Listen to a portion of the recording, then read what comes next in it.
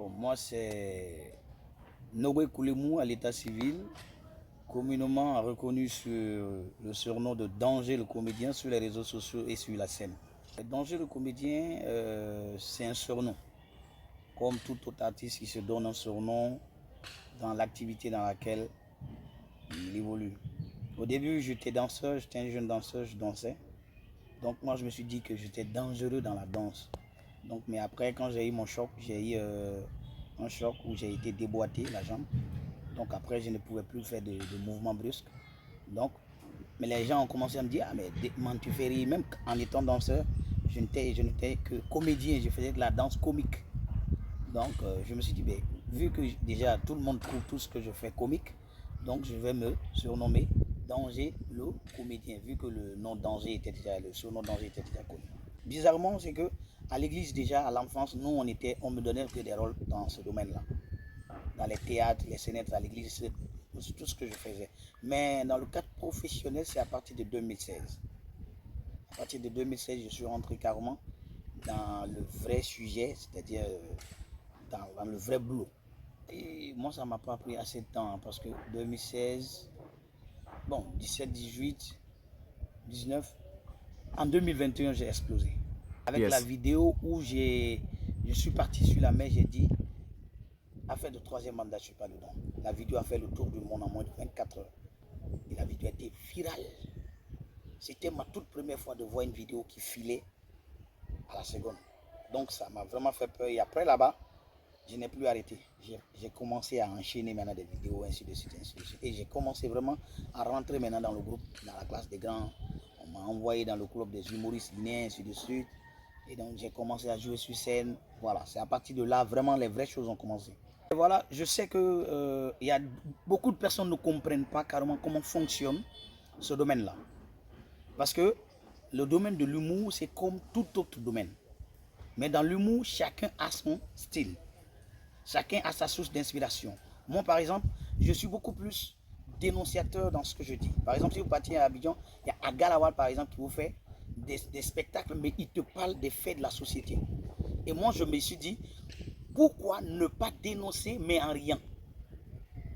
Donc, c'est à partir de là. C'est pourquoi, c'est même pas la seule vidéo. Avant même de faire la vidéo de l'aéroport, qui a été une vidéo très virale, je m'étais déplacé ici, moi-même personnellement, où j'ai écrit un slogan. J'ai pris d'abord de Conakry jusqu'à Yomou, où je disais, ils ont mangé l'argent. Ça, c'était d'abord l'un des premiers slogans que j'ai créé. Mais quand on fait ça, par exemple, j'ai dit, monsieur le président, ils ont mangé l'argent, ils ont mangé l'argent. Ça, c'était pour interpeller le président par rapport à l'évolution des travaux publics. Moi, je ne dirais pas que c'est moi qui étais à la base, mais il y a une seule chose que je sais. À chaque fois que je parle de quelque chose, c'est comme si c'était prévisible. À la longue, comment, quelque chose va sortir et puis après, les gens vont remonter ma vidéo pour dire que petit, tu avais raison. Donc, ça veut dire que je participe à ma manière. Parce que le jour où il n'y avait pas d'internet, j'ai osé, j'ai fait quelque chose que tout le monde n'a pas fait. Chacun restait sur lui assis et puis il dit ce qu'il a dit. Moi, je me suis déplacé, je suis parti à l'aéroport où j'ai vu des étrangers qui rentraient au pays. Je les ai dit, je leur ai dit là-bas, la franche vérité en disant que soyez les bienvenus, mesdames, mademoiselles et messieurs, en Guinée, mais soyez-en sûrs, il n'y a pas le courant, il n'y a pas Internet. Mais c'était une réalité. Il fallait que je le dise, parce que moi, souvent, ça m'arrive. Quand ça monte en moi, il faut que je parle. Oui, mais comment avoir de problème? Je n'ai pas dit, je n'ai pas insulté quelqu'un. Moi, je pense que je n'ai pas insulté, je l'ai dit de façon très simple. Ceux qui sont venus même, après, quand ils ont compris, et même ils ont commencé à rire, ils ont dit, ah, ils nous ont dit à l'aéroport. Mais c'est important, parce que je connais le noir. Ils vont venir quand ils rentrent dans le pays, si vous ne les informez pas, après c'est pour dire, oh mais c'est un pays de merde, mais regardez ça, c'est pas bon. Un pays comme ça, il y a ça, il n'y a pas internet, il n'y a pas courant, mais c'est vrai. Maintenant, le jour où les blogueurs sont rentrés en Guinée ici pour faire le show, par exemple, de la jeune dame là, la soirée TikTok, mon frère, la même nuit, ils ont activé tout. Donc ça veut dire qu'il y a une influence, il y a un peu, il y a la peur, tu vois un peu, chacun a son rôle. Mais j'ai été l'une des premières personnes aussi qui a osé faire ça. Là, j'étais en train de me plaindre à Dieu.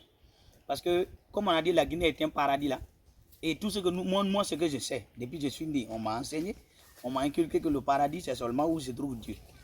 Maintenant, bon, peut-être que Dieu nous a laissé ici pour partir se promener quelque part. Maintenant, depuis Dieu est parti, on a vu que Dieu a dit de ne pas faire quelque chose peut-être ici. Mais Adam et Ève ont mangé la pomme.